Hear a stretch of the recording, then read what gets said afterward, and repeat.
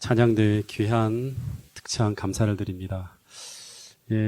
하여튼 이 예배를 드린다는 자체가 선악의 대쟁투 같습니다. 아주 제가 13년 동안 단상에 서지만 이 아파트라는 유행가가 나온 건 처음입니다. 네, 아주 놀라운 일이라는 생각이 듭니다. 그만큼 오늘 제가 하는 이 말씀이 중요하다는 거겠죠, 그죠? 네. 여러분 하여튼 오늘 말씀들을 흐트러지지 않고 잘 하나님께 이렇게 말씀으로 잘 경청해 들으심으로 말미암아 비록 약간의 혼선이 있지만 오히려 그것이 우리에게 더 큰 집중하는 또 힘이 될 수 있기를 바라겠습니다. 지금 세상이 온통 너무너무 아름다운 모습으로 변해지고 있습니다. 벚꽃이 흐드러지게 피고 하나님이 창조하신 그 만물들이 정말 너무너무 아름답게 피어나는 그런 계절입니다. 그래서 우리 청년들도 오후에 아마 꽃 구경을 간다고 하는데 우리 집사님들도 오후에까지 같이 있으시면 그 청년들의 덕을 좀 볼 수 있지 않을까 하는 생각이 듭니다. 이 안식일 예배를 마치고 난 후에 또 하나님께서 만드신 만물들을 깊이 생각하며 하나님의 사랑을 함께 나눌 수 있는 그런 시간이 되었으면 좋겠습니다. 짧게 우리 기도 잠깐 한 번 더 하고 좀 우리 예배를 드리도록 말씀을 나누도록 하겠습니다. 하늘 아버지, 이 시간 주의 성령께서 우리의 마음을 붙들어 주셔서 세상적인 모든 잡념과 또 우리의 마음을 흐트러지게 만드는 모든 생각으로부터 지켜주셔서 오늘 주께서 우리에게 들려주시고자 하시는 그 말씀에 집중할 수 있도록 우리의 마음을 모아주시고 또 저를 통해서 선포되어지는 말씀이 하나님의 음성으로 우리 모든 성도들의 마음에 들려질 수 있도록 도와주시옵소서. 성령 충만한 시간 될 수 있도록 도와주시옵기를 예수님 이름으로 기도드렸습니다. 아멘. 두 주 전에 야고보서에서 말하는 참된 그리스도인의 표식이라는 주제로 말씀을 드렸는데 오늘은 그 두 번째 시간으로 좀 말씀을 나눠보려고 합니다. 초대교회 시절로 돌아가서 야고보 선생님이 증언하는 참된 그리스도인은 어떤 모습이었을까 이제 우리가 이야기하면 야고보서 1장 18절부터 27절까지의 내용을 보면 우리가 정말로 진리의 말씀으로 새롭게 태어난 사람이라면 그 사람이 참된 그리스도인임을 증명하는 세 가지의 변화된 표식이 있다고 하는 거예요. 야고보서를 읽어보면 신앙하는 사람들이 신앙하는 모습이 안 나타나고 있기 때문에 거기에 대해서 이렇게 이제 문제를 지적하는 말씀들이 나오는 거예요. 그래서 믿음이 있노라고 하는데 행함이 없으면 그렇지 않다. 뭐 이런 얘기들이 이제 야고보서의 이야기들이에요. 그래서 이 참된 그리스도인임을 표시하는 세 가지 변화된 표식 중에 하나가 뭔가 하면 첫 번째 표식은 그 사람은 말씀을 듣기만 하는 사람이 아니라 실천하고 순종하는 사람이라고 지난 시간 제가 말씀을 드렸습니다. 그래서 진리의 말씀으로 거듭게 태어난 사람이라 그러면 말씀을 들을 때 순종하려고 하는 마음이 있는가 없는가를 우리가 스스로를 통해 점검해 봐야 한다고 하는 거예요. 두 번째는 뭔가 하면 오늘 다루진 않을 거지만 진리의 말씀으로 거듭 태어난 사람은 참 그리스도인임을 증명하는 또 하나의 표징이 있는데 그것은 바로 뭔가 하면 우리의 경건한 입이라고 하는 거예요. 그래서 이 야고보서 3장 전체의 내용을 통해서 이 야고보는 우리가 사용하는 말하는 언어 생활에 대한 이야기를 계속하는 이야기를 우리가 들을 수 있습니다. 이 부분은 제가 나중에 시간이 될 때 이 부분 한 부분만 가지고 제가 좀 다루도록 하겠습니다. 그리고 또 하나 이 야고보가 말하는 참된 그리스도인의 세 번째 표식이 있는데 이 말씀은 같이 한번 읽어보겠습니다. 자, 읽어보겠습니다. 야고보서 1장 27절입니다. 시작.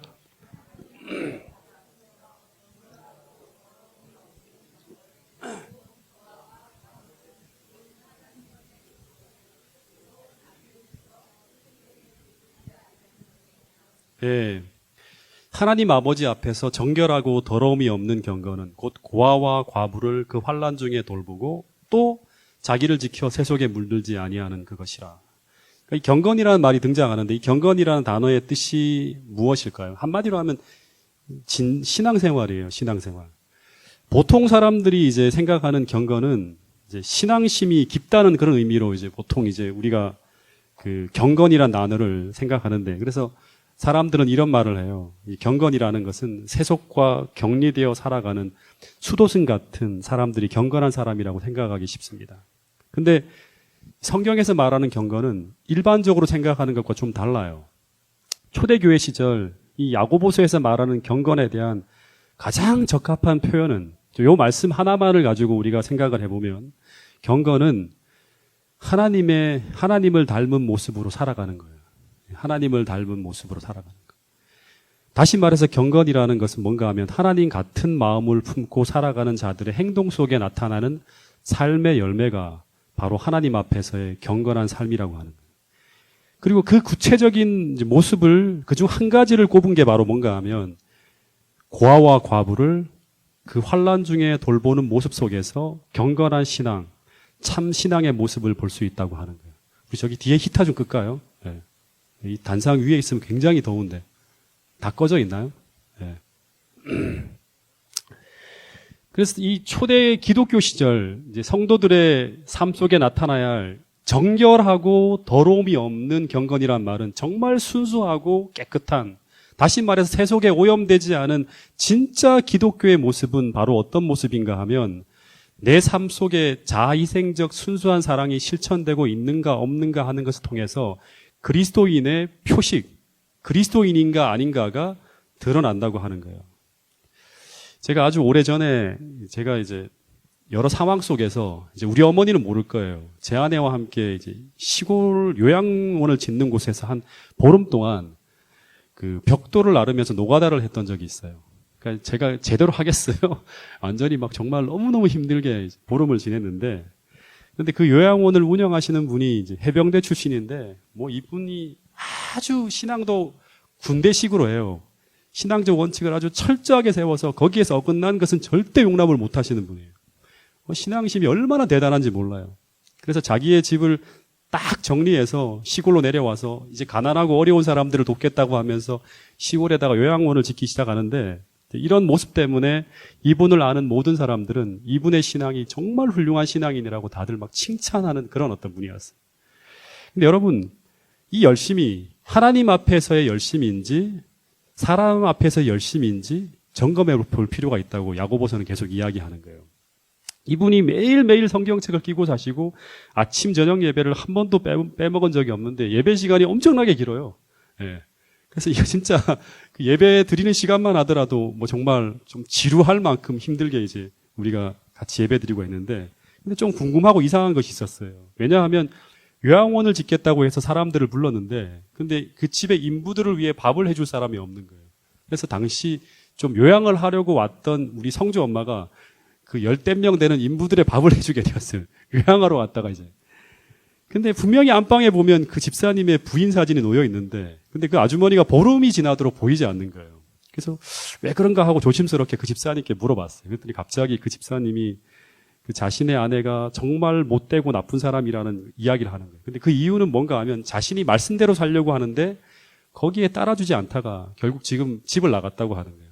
그래서 아내에 대해서 아주 비난하는 말씀을 하시는 거예요. 성격이 어떻다는 둥, 그러면서 막 그네 아내에 대해 나쁜 이야기, 비난하는 이야기가 쫙 쏟아져 나오는데, 근데 제가 좀 이상했어요. 왜냐하면 우리가 야고보서에서 말하는 그 참된 그리스도인의 표식 두 번째가 뭐예요? 이제 그 경건한 사람이라면 야고보서를 통해 본다 그러면 이분의 입에서 이런 이야기가 나와서는 안 되는 거예요.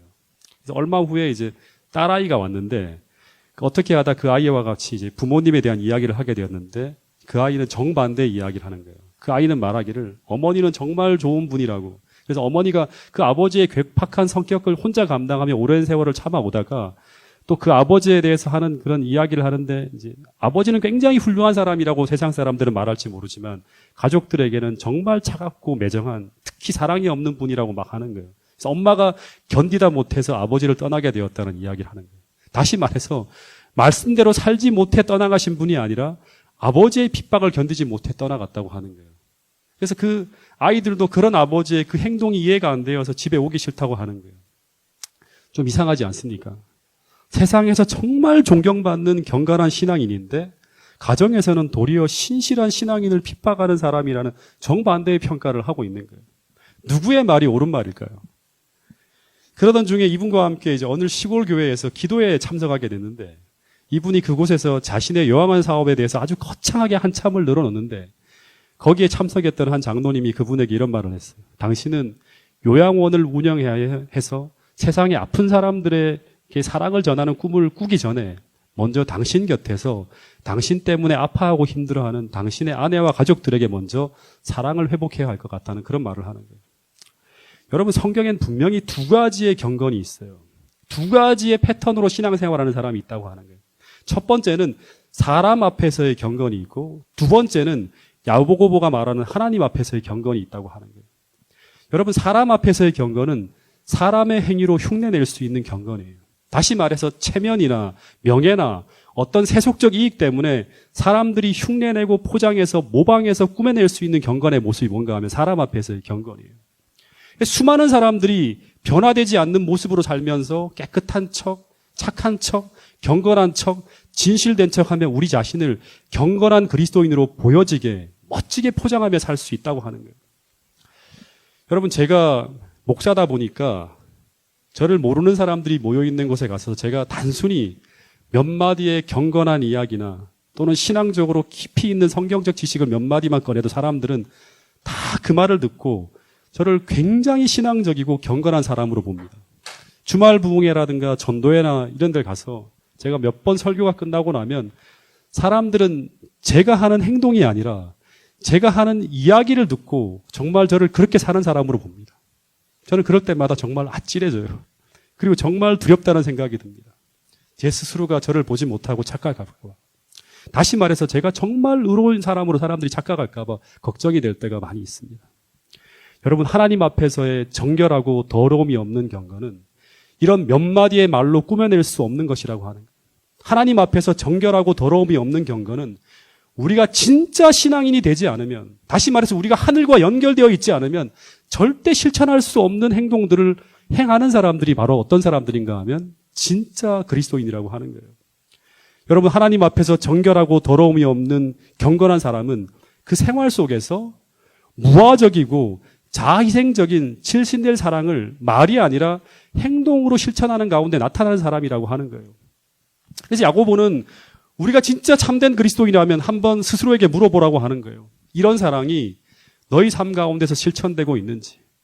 당시 야고보는 초대 교인들에게 고아와 과부가 큰 어려움 중에 있을 때 우리의 사랑과 관심이 그 사람들의 고통에 지나치지 않고 머물게 되는지 아닌지를 점검해 보라고 하는 거예요. 여러분, 이 야고보가 실례를 들면서 이제 지칭한 두 사람이 있죠. 그 사람들이 어떤 사람인가 하면 이 고아와 과부입니다.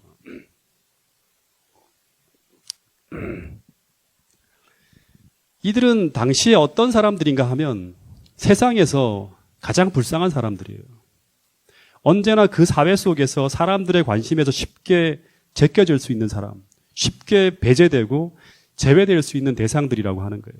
왜냐하면 당시는 선거란 게 없잖아요. 투표권도 없기 때문에 당시 사회적인 영향력이 거의 없고, 그리고 이들에게 도움과 친절과 관심을 베풀어도 이들에게서 돌아올 것이 별로 기대되지 않는 사람들. 그래서 당시 세상에서 철저하게 외면받는 사람들, 그래서 가장 불쌍한 사람들이 누구인가 하면 고아와 과부였다고 하는 거예요.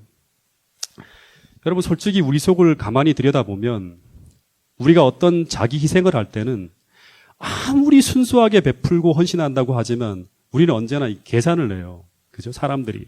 그래서 대부분 이 유형적, 무형적 계산에서 손해가 가거나 특별히 돌아올 것이 별로 없어 보이면 우리는 순수하게 희생하려 하지 않는다고 하는 거예요. 왜냐하면 우리는 이기적인 본성을 가진 사람들이기 때문에 그렇습니다. 그래서 언제나 우리의 우선순위에서 밀려날 수 있는 사람들이 바로 이런 사람들이에요. 그러나 주님은 오늘 우리에게 너희가 신앙이 없는 사람이 아니라 그리스도가 너희 안에 모셔진 참된 그리스도인이라고 하면 당시 고아와 과부가 그 환난 중에 고통당하고 있을 때 너희들이 너희 것을 희생하여 이들을 아낌없이 도와주는 그런 무화적 사랑을 실천할 수 있는가 하는 이 물음에 대한 대답을 통해서 우리가 경건한 그리스도인의 표식을 가지고 있는지 그렇지 않은지를 확인하려 하신다고 주님은 말씀하고 있는 것입니다. 여러분, 하나님은 성경 곳곳에다가 우리의 신앙을 점검할 수 있는 그리스도인의 표식이라는 것을 적어 놓았어요. 우리 이 말씀을 같이 한번 읽어보겠습니다. 마태복음 5장 20절에 보면 이런 말씀이 있습니다. 자, 같이 한번 읽어보겠습니다. 이 말씀. 마이크가 없나요? 그럼 제가 읽겠습니다. 시작. 내가 너희에게 이르노니 너희 의가 서기관과 바리새인보다 더 낫지 못하면 결단코 천국에 들어가지 못하리라. 여기서 말하는 서기관과 바리새인의 의는 어떤 의인가 하면 그냥 쉽게 풀어 말하면 당시 서기관과 바리새인이라고 하면 당시 세상에서 가장 경건하다고 인정받는 종교인들이에요. 신앙인들이라고 하면 됩니다. 근데 예수님이 당시 제자들에게 뭐라고 말씀하셨는가 하면 너희가 이 서기관과 바리새인들이 갖고 있지 못한 더 나은 의를 소유했다는 것을 확인하지 못하면 너희는 결코 천국에 들어가지 못한다고 말하고 있는 거예요. 다시 말해서 그 사람은 바리새인들처럼 사람 앞에서는 그리스도인이라는 칭호를 받을지 모르지만 하나님 앞에서는 참된 그리스도인의 반열에 들지 못한 사람이라고 인정받게 될 것이라고 하는 거예요. 이 말씀을 볼 때마다 저도 마찬가지입니다. 제가 정말 하나님 앞에서 스스로의 삶을 점검하며 그분의 인정을 받지 못하는 삶을 오늘 살고 있다면 오늘 여러분들에게는 좋은 목사로 평가받을 수 있을지 모르지만 결국 하나님 앞에서는 인정받지 못하는 사람으로 끝이 날 수 있다고 하는 것입니다. 그 중요한 것이 바로 뭔가 하면 오늘 우리 삶 속에 자아희생적인 어떻게 본다면 순수하고 진실한 사랑의 실천을 해내고 있는 사람인가 아닌가 하는 거예요. 여러분 주님은 이 마태복음 5장에서 이 서기관과 바리새인들이 갖고 있지 못한 더 나은 의를 쭉 설명하다가 그 이야기의 결론이 마태복음 5장 끝에서 이렇게 끝이 납니다. 이 이야기는 야고보서의 이야기와 똑같은 이야기예요. 자, 이 말씀도 한번 같이 읽어보겠습니다. 이 말씀. 자, 어느 분이 좀 마이크를 좀 잡고 읽어주면 좋을 것 같아요. 시작.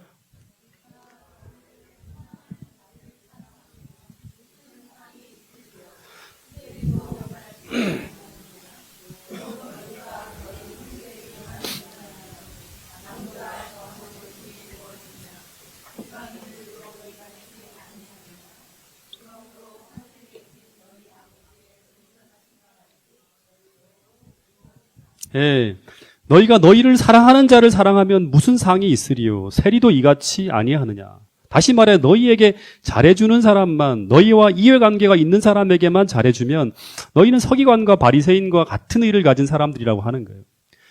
그런데 그것은 하나님을 믿지 않아도 실천할 수 있는 거예요. 예. 또 너희가 너희 형제에게만 무난하면 남들보다 더한 것이 무엇이냐? 이방인도 이같이 아니하느냐? 그러면서 하나님 말씀하시는 게 뭔가 하면 예수님께서 하늘에 계신 너희 아버지의 온전하신 것 같이 그분이 그렇게 사랑을 실천하는 것 같이 그런 경건하신 것 같이 너희도 그렇게 온전한 사랑을 실천하라고 하는 거예요. 그것이 하나님 앞에 정결하고 더러움이 없는 사랑, 세속에 오염되지 않은 정말 깨끗하고 순수하고 진실한 사랑이라고 하는 거예요. 그것을 실천하는 사람들이 하나님의 아들이라고 일컬음을 받는다고 하는 거예요. 오래전에 집에 있는데 웬 낯선 사람이 사택문을 막 두드렸어요. 근데 보니까 외모가 아주 깔끔하게 차려입은 신사분이 저희 집 문을 막 두드리고 있는 거예요.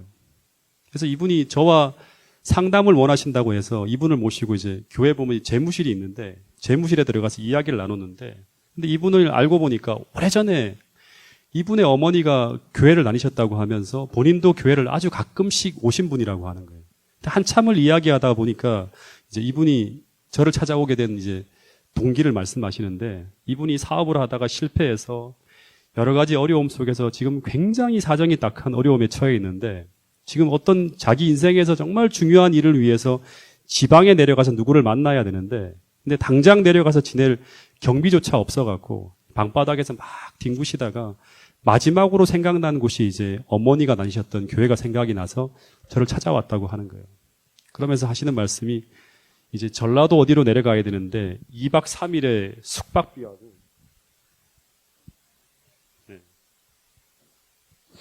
교통비가 필요하다고 하는 거예요. 그래서 전라도로 어디를 갔다 와야 되는데 얼마의 돈이 필요하다고 하는데 그 비용이 상당히 큰 금액이었어요. 근데 이 이야기를 듣는데 제 마음에 제일 먼저 어떤 생각이 들었을까요? 근데 목사인데 아브라함이라면 아마 돈 물어보지도 않고 이분이 요구하는 그 돈을 드렸을지 모르겠습니다. 근데 저는 이분에 대한 긍휼한 마음이 들었지만 그러나 이분에게 베풀어야 할 자비가 제가 소유한 작은 사랑보다 더 커서 막 부담이 엄청나게 되는 거예요. 그러면서 드는 생각이 정말 이분이 말씀하시는 이 이야기가 정말 사실일까 하는 의심이 드는 거예요. 그래서 이분에게 잠깐 기다리고 한 후에 집으로 와서 교회 집사님께 전화를 드려서 10년 전에 이분의 어머니라는 분이 정말 교회를 다닌 적이 있는지 물어서 이분의 신원이 확실한가를 제가 물어봤어요. 근데 정말 불행하게도 이분의 어머니라고 하는 분이 맞다고 그 집사님이 말씀하시는 거예요. 그럼 이제 이분을 도와드려야 되는데 제가 들어와서 아내에게 이분에게 돈을 이 정도 드려야 되는데 돈이 집에 얼마나 있는지를 물어보았더니 집에는 현금이 하나도 없어요. 그런 거예요. 필요한 만큼의 돈을 드리려면 은행에 가서 찾아서 돈을 드려야 한다고 하는 거예요. 그리고 더하여서 제가 알았다고 하는데 돈을 드리긴 드리는데 그런데 여보 이번 달 우리가 쓸 여윳돈이 거의 없는 상태라는 것을 생각하세요 하는 거예요. 그 이야기를 저한테 첨부하는 거예요. 그래서 고민이 되었어요. 이제 그분을 찾아가서 지금 당장 집에 돈이 없다고 솔직하게 말하고 죄송하다고 하면서 그냥 보내드릴까. 근데 그렇게 하는 것은 불가능했어요. 그렇게 하면 제 양심이 굉장히 불편한 거예요. 그래서 아내와 고민하다가 돈을 찾아드리자고 결론을 냈는데 근데 문제는 얼마의 돈을 찾아드려야 되는가 하는 거예요. 두 사람의 결론은 그분이 요구하시는 금액 전부가 아니라 우리가 생각할 때 이분에게 필요하다고 생각하는 적정 금액을 찾아드리기로 결론을 냈어요. 그래서 그 돈을 이제 교회 보면 앞에 새마을금고가 있는데 거기 가서 카드로 뽑아갖고 그분에게 드린 후에 돌려보냈는데 근데 돌려보낸 후에 가만히 생각하니까 이 마음이 평안해야 되는데 갑자기 그분이 떠나가니까 우리 두 사람의 마음에 큰 아쉬움이 남는 거예요. 혹시 우리가 더 드려야 되지 않을까? 그분은 하나님께서 우리에게 보낸 천사가 아닐까? 별별 생각이 다 들면서 오래전에 제가 열렬하게 설교했던 그 아브라함이 나그네를 대접했던 그 설교가 막 기억이 나는 거예요. 왜 나는 내 필요보다 그 나그네의 필요를 더 생각한 그 아브라함의 자아희생적 사랑의 정신이 내게 없는 것일까? 나는 왜 더 과감하게 내 것을 희생하며 사랑을 실천하지 못할까? 이런 고민이 막 되는 거예요. 여러분 누가복음 10장에 보면 선한 사마리아인의 비유에서 예수님이 참된 그리스도인이 어떤 사람인가를 아주 분명하게 설명했어요. 이 비유는 굉장히 중요한 비유예요. 근데 그 비유를 통해서 말씀하신 참 그리스도인은 어떤 사람인가 하면 거기 여러 사람들이 나오죠. 첫 번째 제사장이라는 직분을 가진 사람이 지나가요. 그 비유 속에서. 근데 그 사람이 참된 그리스도인이 아니라고 하는 거예요. 제사장은 당시 목사였죠. 근데 설교를 하며 사랑을 실천하지 않는 목사는 그리스도의 사람이 아니었어요. 두 번째로 시험된 사람이 뭔가 하면 교회에서 일하고 봉사하는 레위인이었는데 그 사람도 그리스도의 사람이 아니었어요. 예수님께 속한 사람이 아니었어요. 이 레위인은 오늘날로 말하면 장로나 집사로 불리는 사람들이었죠. 그러면 누가 어떤 사람이 참된 그리스도인인가? 누가복음 10장 36절부터 37절에서 주님은 이런 말씀을 하셨어요. 자, 이 말씀을 같이 한번 읽어보겠습니다. 시작. 내 생각에는 이 세 사람 중에 누가 강도를 만난 자의 이웃이 되겠느냐? 이르지 자비를 베푼 자니이다. 예, 내 생각에는 이 세 사람 중에 누가 강도를 만난 자의 이웃이 되겠느냐라고 묻는 거예요. 이 말은 이웃이란 말은 참된 그리스도인이란 말이에요. 다시 말해서 예수님의 비유를 통해 말씀하신 참된 그리스도인은 어떤 사람인가 하면 사랑을 실천하며 자비를 베푼 사람이라고 말씀하셨는데 근데 그 사랑은 그냥 사랑이 아니에요. 당시 바리새인들은 전부 사랑을 일상적으로 실천하는 사람들이었어요. 일상적으로. 그게 하나의 예배 행위였기 때문에 종교의식이었기 때문에. 근데 선한 사마리아인의 비유의 핵심은 바로 그 사마리아인의 앞에 피 흘리며 죽어가고 있는 그 사람은 사마리아인에게는 아무런 관계도 없는 사람이었어요. 아니 정확하게 말하면 이 사람에게는 사랑을 실천해봤자 돌아오는 것은 경멸과 멸시와 조소밖에 기대할 것이 없는 자기 민족과 원수시가 아닌 유대인이었어요. 다시 말해서 사랑을 실천해도 아무런 유익이 없는 그런 상황에서 이 사마리아인은 그 유대인이 환난 중에 쓰러져 있는 것을 보고 아무런 대가도 바라지 않고 하나님의 그 무화적 사랑과 자비를 베풀었던 사람이었어요. 그래서 주님은 그 사람이 바로 진짜 하나님의 백성이라고 예수님은 말씀하신 거예요. 여러분 우리가 행하는 모든 행위는 대부분 다 이기심이라는 게 다 끼어 있어요. 청결한 경건이라는 게 참 쉽지 않은 거예요. 심지어 교회에서 행하는 일들 속에서도 우리는 이기적일 수 있습니다. 그래서 그 사람이 교회에 나올 것 같지 않으면 더 이상 순수하게 사랑을 베풀지 않는 경우들도 많이 있어요. 근데 제가 이 교회에 와서 참 감동을 받고 또 받은 것은 뭔가 하면 오늘 우리 36지역사회 봉사회 우리 유기훈 장로님께서 말씀을 주셨지만 안식일 오후만 되면 발 마사지를 하시는 두 장로님께서 여러 시간 동안 사람들의 발을 한 해 뭐 하기도 쉽지 않아요. 몇 개월 하기도 쉽지 않아요. 근데 한두 해가 아니라 몇 년째 만져주시며 봉사하시는 그 모습. 그리고 거기서 더하여서 수요일마다 어려운 이웃들에게 무료급식을 실천하는 그 모습 하나하나를 보면서 제가 얼마나 큰 감동을 받는지 모릅니다. 안양에 가고 막 이렇게 빵 가지고 오고 하면 제가 솔직히 쫓아다녀요. 지금 이렇게 제가 리드하는 게 아니라 그만큼 많은 사랑들을 실천하는 거예요. 근데 여러분 이것이 교회가 성장하는데 얼마나 도움이 되는지는 중요하지 않습니다. 정말 중요한 것은 우리가 배운 대로 주님의 마음으로 그들을 향해 우리가 받은 사랑과 은혜를 나누고 있다는 그 사실이 정말 중요한 거예요. 제가 오래전에 좀 황당했던 것이 제가 20대 굉장히 순수한 마음을 가지고 막 뜨겁게 신앙생활을 할 때였어요. 그 당시 제가 처음으로 교회 직원이 되어서 교회 직원에 딱 들어갔었는데 그 교회에서 장수대학을 운영하는데 장수대학을 계속할 것인지 아니면 말 것인지를 놓고 의논 중이었어요. 이 장수대학의 설립 취지와 이유는 지역의 어르신들에게 교육도 해드리고 좋은 음식도 제공하면서 교회가 순수하게 이 사회에 유익을 끼치는 목적으로 설립한 거예요. 물론 선교도 목적이지만 1차적 목적은 순수한 지역사회 봉사에 있는 거예요. 근데 당시 이 직원 한 분이 회의 도중에 그러니까 한 분이 말씀을 하셨는데 여러분들이 이런 말씀을 하시는 거예요. 장수대학을 폐지해야 할 이유를 설명하시는데 이런 말씀을 하시는 거예요.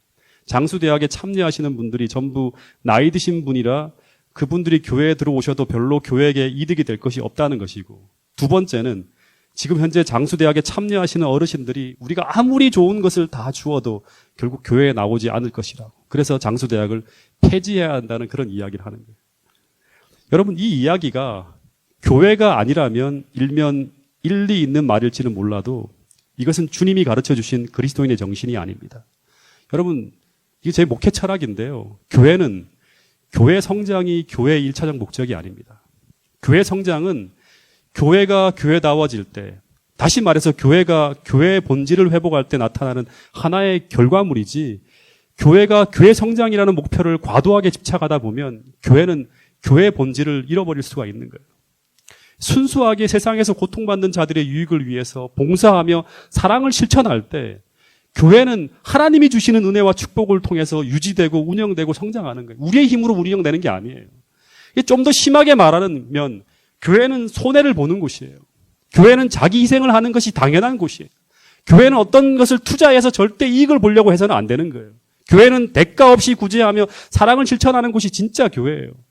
이런 말을 하면 어떤 분은 그렇게 해서 교회가 어떻게 유지될 수 있느냐 하고 이렇게 말씀하시는 분들이 분명히 있을 것입니다. 근데 그렇게 해서 교회가 망하면 그 교회는 다닐 필요가 없습니다.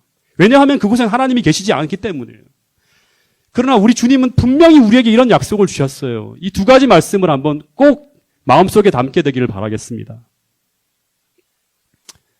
자, 잠언 11장 24절하고 누가복음 6장 38절 말씀입니다. 같이 읽어보겠습니다. 시작. 더 구제하여도 더욱 부하게 되는 일이 있나니 과도히 아껴도 가난하게 될 뿐이니라.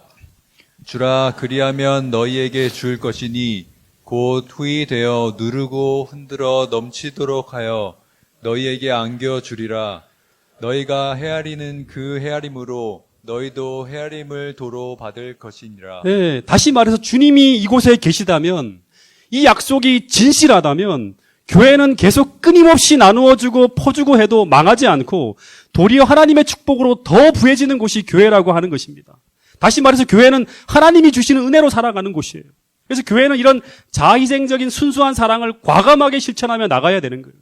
그래야 교회는 교회의 본질을 회복하면서 하나님이 주시는 참된 부흥을 경험하게 될 것이라고 성경은 약속하고 있는 것입니다. 여러분, 이 사랑이 교회에 나타날 때 교회는 하나님의 축복으로 성장하고 부흥하게 될 것이라고 성경은 약속하고 있습니다. 여러분, 그런 놀라운 부흥과 그런 놀라운 축복의 역사를 이 파주중앙교회에서 여러분과 함께 꼭 볼 수 있게 되기를 간절히 바라겠습니다. 처음 성경이 쓰여졌을 때는 이 장절의 구분이 없었습니다. 장절의 구분은 전부 현대에 와서 우리가 구분한 것이지 당시에서는 1장, 2장 이런 구분이 없어요. 그래서 야고보서 2장 이야기도 1장 18절부터 이어져 온 이야기가 계속 이어지는 걸 볼 수 있습니다. 근데 이 야고보서 2장 1절에 보면 이제 진리로 너희가 거듭난 사람이면 이 세 가지의 표식이 있다고 했잖아요. 그렇죠? 더 이야기를 추구하는 거예요. 내 형제들아, 영광의 주, 곧 그리스도 예수를 믿는 믿음을 너희가 받았다면 이런 모습이 나타나야 한다고 이야기하는 거예요. 그러면서 한 가지의 어떤 그런 이 예화를 야고보가 쭉 이야기하는데 7절까지의 내용을 보면 2명의 외부인이 교회에 들어오는 이야기가 나옵니다. 근데 이들은 아마 교회에 처음 오는 손님인가 봐요. 그래서 어디에 앉아야 할지를 잘 몰라 하고 있을 때 그때 안내 집사님들이 달려가서 자리를 안내해 주는 모습이 보여주고 있습니다. 어찌 보면 이것은 오늘날 정상적인 교회에서 벌어지는 모습이죠. 새로운 사람이 오면 이제 교회 안내 집사님이 안내를 하는 거예요. 근데 문제는 여기에 보면 두 종류의 사람이 동시에 들어오는 것이 문제였습니다. 한 사람은 겉보기에도 부유함이 흐르는 화려한 옷차림을 하고 들어왔어요. 묘사한 것을 보면 금가락지를 끼고 있는데 이 금가락지도 원어를 보면 복수예요. 손가락마다 금가락지를 다 끼고 있는 거예요. 그래서 이 사람을 오늘날로 말하면 밍크 코트에다가 명품 핸드백을 들고 신발도 명품 구두를 신고 아마 차도 제일 좋은 벤츠차를 타고 쫙 교회에 들어오는 거예요. 이런 사람이 우리 교회에 들어오면 오늘 파주중앙교회 안내 집사님은 어떻게 이분을 맞이할까요? 네. 성경 본문에 보면 교회 집사님들이 이 사람에게 쫙 달려가서 제일 좋은 자리로 안내를 하겠다고 해요. 근데 이 사람을 교회에서 제일 좋은 자리에 안내하는 것이 잘못된 걸까요? 네. 여러분 손님이 들어왔는데 이 사람이 부자라고 해서 쌀쌀맞게 대하면 그것도 안 되죠. 처음 오는 손님이라면 그 사람이 어떻게 하고 들어와더라도 VIP로 제일 좋은 자리로 안내하는 것이 맞습니다. 근데 여기까지는 문제가 없어요. 근데 그 문제는 그 다음의 모습에서 문제가 발생하는 초대교회에서 벌어졌던 하나의 모습이에요. 다른 사람이 교회 안에 동시에 들어왔는데 이 사람은 너무나 가난해 보였어요. 그러니까 이 사람은 야고보서 1장 27절에 나오는 고아와 과부와 같은 당시에 아주 가난한 사람이었어요. 사회적으로 영향력이 전혀 없는 교회가 정말로 100% 순수한 사랑을 펼쳐줘야 하는 그런 사람이에요. 근데 정말 안타까운 것은 이 집사님들이 초대교회예요. 아름다운 옷을 입은 사람을 볼 때는 눈여겨보고, 이 말은 눈여겨본다는 건 관심을 갖고 친절이 되었다고 하는 거죠. 반면 이 가난한 자에게는 너는 거기서 있든지 내 말등상에 앉든지 마음대로 하라는 말을 했다고 하는 거예요. 그러니까 이 사람에 대해서는 관심이 없다는 거예요. 그러니까 오늘날로 말하면 어서 오세요 하면서 형식적인 인사를 하는데 그 다음에는 관심이 없는 거예요. 근데 왜 이런 차이가 있는지를 묻는다면 본문은 이야기하기를 결국 그 사람에게 보이는 사회적인 부와 지위를 나타내는 외모 때문이라고 이야기하는 거예요. 한 명은 중요한 사람이고 한 명은 무시해도 좋은 사람으로 보인 것입니다. 여러분 이것을 어떻게 본다 그러면 우리 마음속에서 일어나는 자연스러운 현상일 수 있습니다. 그러나 야고보는 말하기를 이런 모습이 세상에서는 나타날 수 있지만 하지만 너희가 진리의 말씀으로 거듭난 사람들이 모인 교회라고 하면 이런 모습이 벌어져서는 안 된다고 하는 거예요. 여러분 야고보가 말하는 것은 단순히 자리 문제나 또 심지어 우리가 가난한 사람을 어떻게 대해야 되는 그것만이 아니에요. 야고보는 이 간단한 한 사건을 통해서 우리의 믿음에 관한 문제, 다시 말하면 너희가 영광스러운 구주를 너희의 주님으로 모셨다면 너희들의 신앙의 현주소와 하나님과의 관계는 이렇게 나타나서는 안 된다고 하는 것이죠. 여러분 다시 말해서 세상에서 내가 함부로 대할 수 있는 사람들, 여기에는 사랑하는 가족이 될 수도 있고 또는 나이 드신 부모님이나 시어머니가 될 수도 있어요. 그리고 내가 세상에서 가장 관심 없이 대할 수 있는 고아나 과부와 가난한 사람이 될 수 있다고 하는 것입니다. 근데 오늘 우리가 그 사람들을 어떤 마음으로 바라보며 대하고 있는가 하는 것을 통해서 오늘 우리 안에 있는 사랑이 어떤 사랑인지, 우리 안에 있는 믿음이 어떤 믿음인지, 다시 말해서 우리와 하나님과가 어떤 관계를 맺고 살아가고 있는지를 점검할 수 있는 그러한 하나의 계기가 될 수 있다고 하는 것입니다. 여러분 주님이 이 땅에 오셨을 때 주님이 제일 불쾌하게 계셨던 부분이 어떤 부분인가 하면 성전에서 벌어진 일이었어요. 예수님이 이 땅에 오셔서 공생애를 시작할 때 제일 먼저 하신 부분이 바로 뭔가 하면 성전을 뒤집어 엎는 것이었어요. 근데 왜 예수님이 성전을 정결케 했을까요? 그것은 성전이 강도의 구렬과 장사하는 사람들로 온통 소란스러워서 그렇습니까? 시대의 소망을 보면 더 근본적인 원인이 있었어요. 그것은 교회 성전에 모인 사람들이 온갖 탐욕과 물욕으로 눈이 멀어서 자신들의 이득에 별로 도움이 안 되는 비둘기나 들고 오는 고아와 과부들, 다시 말해서 세상에서 밀려나고 소외된 사람들이 성전 밖으로 밀려나서 성전에서 배척당하시는 것을 보셨기 때문이에요. 제일 먼저 그분이 하신 일이 뭔가 하면 성전을 바로 세우는, 성전을 개혁하시는 일을 하셨어요. 그때 주님이 주름한 모습으로 채찍을 들고 성전의 모든 부분들을 뒤엎으면서 이 제사장들과 관원들을 다 쫓아냈는데 그 결과 시대의 소망에 보면 바리새인들과 서기관들과 제사장들이 다 도망한 그 빈자리에 하나님을 찬미하고 있던 자들이 어떤 자들인가 하면 바로 당시에 가난하고 병든 자들 그리고 어린이들이었다고 하는 이야기가 나옵니다. 여러분, 예수님이 이 땅에 오실 때 그분은 세상에서 가장 낮은 부분으로 오셨어요. 다시 말하면 비천한 고아나 과부 같은 위치로 이 땅에 오셨다고 합니다. 그래서 오늘 너희들이 정말 진리의 말씀으로 거듭난 사람이라면, 오늘 우리가 정말 주님의 십자가의 사랑을 받아들인, 정말 하나님과 바른 관계에 놓인 참된 믿음을 가진 사람들이라면 그런 모습으로 오신 그리스도를, 다시 말해서 고아와 과부를 영접할 것이라고 하고 있는 것입니다. 그래서 오늘 우리 안에 이 사랑이 회복되면 교회는 이런 영광스러운 모습으로 변화될 것이라고 성경은 곳곳에서 얘기하고 있습니다. 마지막 말씀입니다. 이사야 58장 말씀을 같이 한번 읽어보겠습니다. 이사야서 58장은 내가 기뻐하는 금식으로 시작해요. 다시 말하면 주님께서 정말 너희들에게 나타나기를 바라는 경건한 신앙은 이런 모습이다라고 하는 거예요. 다시 말해서 이 말은 하나님이 기뻐하시는 경건한 삶을 말하는 것이겠죠. 그것은 바로 어떤 건가 하면 줄인 자에게 내 양식을 나누어 주며 유리하는 빈민을 집으로 들이며 헐벗은 자를 보면 입히며 또 내 고륙을 피하여 스스로 숨지 아니하는 것이 아니겠느냐 하는 거예요. 8절, 그리하면 그런 사랑이 실천되어질 수 있다면 그곳에 하나님께서 함께 하심으로 내 빛이 새벽빛같이 빛날 것이며 내 치유가 급속할 것이며 여호와의 영광이 나타난다고 하는 거예요. 이 교회에 여호와의 영광이 나타난다고 하는 거예요. 그리고 9절 같이 읽어보겠습니다. 9절 10절 내가 부를 때에는 시작 내가 부를 때에는 나 여호와가 응답하겠고 내가 부르짖을 때에는 내가 여기 있다 하리라. 줄인 자에게 내 심정을 동하며 괴로운 자의 심정을 만족하게 하면 내 빛이 흑암 중에서 떠올라 내 어둠이 낮과 같이 될 것이며 라고 합니다. 이 말은 뭔가 하면 우리가 기도할 때마다 하나님께서 응답하고 부르짖을 때마다 여기 있다 하는 그러한 말씀이 나타난다고 하는, 그런 응답이 나타난다고 하는 거예요. 여러분, 이런 사람들이 주님에게서 나는 자들이 될 것이라고 12절에 말하고 있고, 이들이 바로 역대 파괴된 기초를 다시 쌓고 무너진 데를 수보하는 자들이 되고 주님이 다시 오실 길을 수축하면서 13절에 보면 안식일 회복 운동의 중심에 서는 자들이 될 것이라고 이야기하고 있습니다.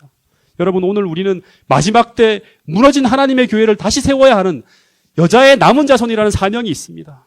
여러분, 그런 삶을 살기 위해서 우리가 안식일도 회복해야 되지만 먼저 우리 모두가 하나님을 닮은 그런 경건한 능력을 소유한 참사랑을 소유한 성도로 거듭나게 되기를 간절히 바라면서 오늘 말씀을 줄이도록 하겠습니다.